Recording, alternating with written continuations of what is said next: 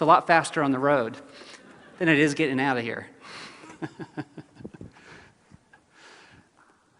So John Quill, who's a friend of mine, who lives in Maryland, who also has the only other velomobile in the state, was riding in Ocean City. And he came to a stoplight. And as he was sitting there, a young boy was sitting up in the balcony looking down at him. He said, "Hey, mister, are you from the future?" John just nodded his head, and he rode away. So I want you to imagine a future for that young boy where our streets are so safe that he can ride on them without having to resort to an armored bicycle. I want you to imagine being able to hold ourselves, our organizations, and our leaders accountable for that kind of a vision. Imagine a future where we can actually measure what really matters to us, to measure what we treasure.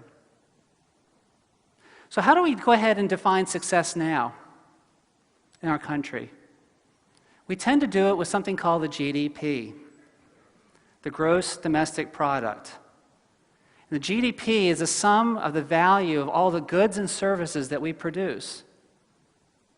That's it. It's a sum of the goods and the services that we produce. The economist who created it in 1934 said that this is a measure for us in terms of goods and services, but do not equate the GDP with our quality of life or our well-being. He warned us back in 1934. Guess what we've been doing since? Right? In 1968, Bobby Kennedy, he was running for president, and he said the GDP measures everything except that which is worthwhile. And yet here we are today. So the GDP does not measure what we treasure. It has two specific shortcomings. One, it's a single metric. And two, it seems to measure everything as being worthwhile, as being good. So let me take you on a little bit of a plane journey with me, okay? Just bear with me on this. We're going to get on an airplane together, okay? As we're getting on this airplane, we look into this cockpit of the airplane. A lot of us do that. We look in there, and there's only one dial. It's an altimeter. It measures altitude. That's it. There's nothing else there. Yeah, I'm getting off. I'm not going, right? But let's say all the airplanes only have that one dial. So we settle ourselves into the seats. The pilot comes on. He says, "We're ascending to 30,000 feet today. Have a great flight."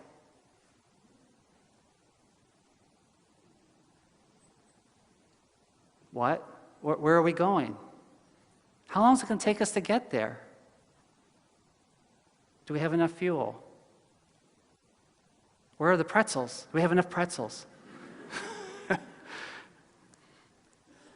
That's the first problem with the GDP.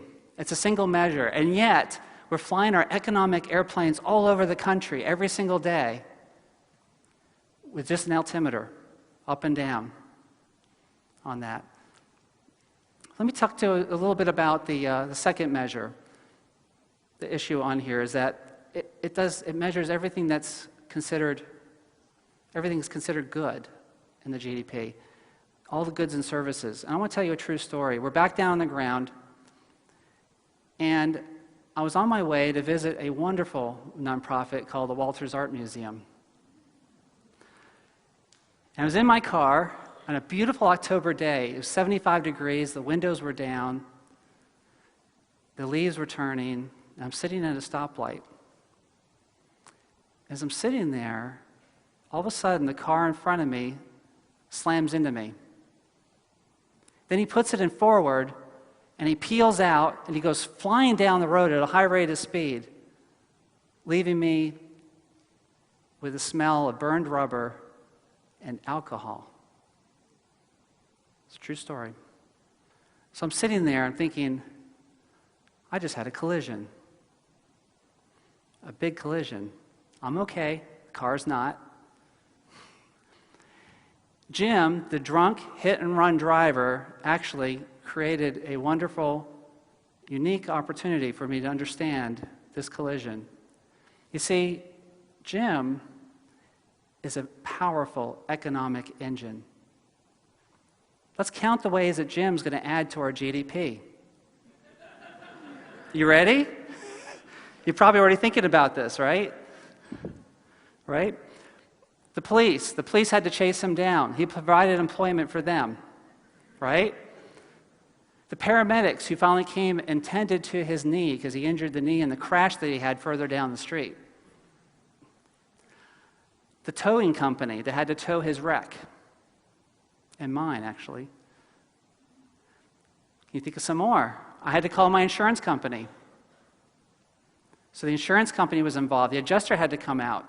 The body shop made some money off of this. So did the mechanical repairs. They made money as well. GDP is going up.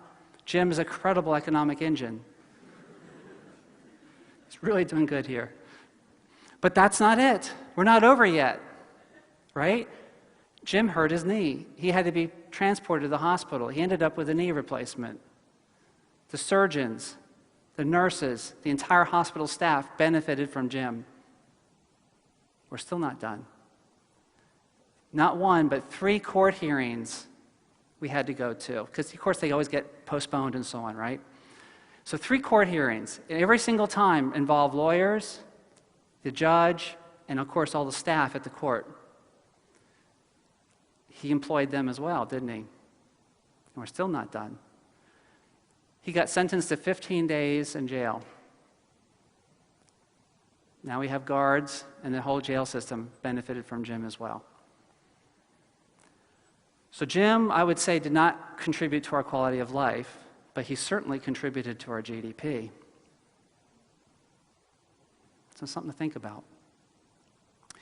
Unfortunately, Jim ends up losing his job. He also ends up losing his apartment. The apartment that he was sharing with his 79-year-old disabled mom. It's pretty sad. I learned all of this through this whole process. There's a silver lining here, though. Several nonprofits stepped up to the plate. One nonprofit provided addiction counseling for Jim. Another one, transitional housing, as well as job placement and mentoring. A fourth nonprofit provided housing for his mom, senior housing for his mom. On that, the nonprofits came to the rescue. The nonprofits, our DNA, our missions are all similar in terms of improving our quality of life. That's what we do. That's what we believe in. So we improved Jim and his mom's quality of life. But you want to know something? A lot of that didn't count. A lot of it didn't. So what out there does count improving the quality of life? There's something called the GPI, Genuine Progress Indicator. The GPI was adopted by the state of Maryland as the first state to ever adopt it. Go Maryland. Go Maryland. We are the first state. And frankly, it's sitting there quietly right now. But we're going to change that. We have to change that because we need to be looking at our quality of life. So the GPI, what is it? It's basically the net GDP. Remember it says gross domestic product? Where's the net? That's what GPI does. So the GPI includes 26 indicators. Of those 26, here's a couple positive ones that actually add to the GDP. The value of volunteer time. For instance, all the volunteers putting together the TED Talk. You get counted under GPI. Isn't that fantastic? The value of your leisure time. The time that you take off to rest and relax so you can be better at work again. Things like that. The value of housework. Yeah.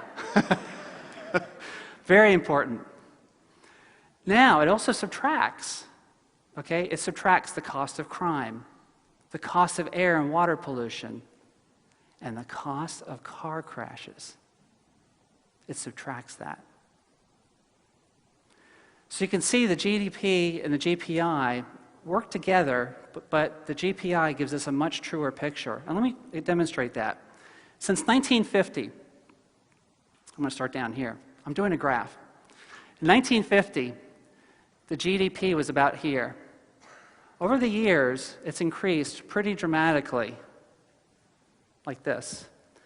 Like around 1980s, remember it was if those who die with the most toys wins, that kind of thing, remember that? And now we're up to where? The 1% owning 25% or more of our country. That's where we are right now. GDP has been going gangbusters. What has the GPI been doing? Our quality of life. Remember, 1950, things were a lot smaller back then. So it's down here. The GPI is flatlined. It's been flatlined. And isn't that reflecting a lot of what we as Americans have been experiencing over some time now? Stagnant wages, chronic underemployment as well as unemployment, high housing costs, higher educational costs, and less free time because a lot of us are working longer hours. You see, Wall Street doesn't reflect what's going on Main Street where the businesses are. But Main Street doesn't reflect what's really going on your street, where that young boy would like to ride his bicycle. Imagine the State of the Union address by the President of the United States, where he or she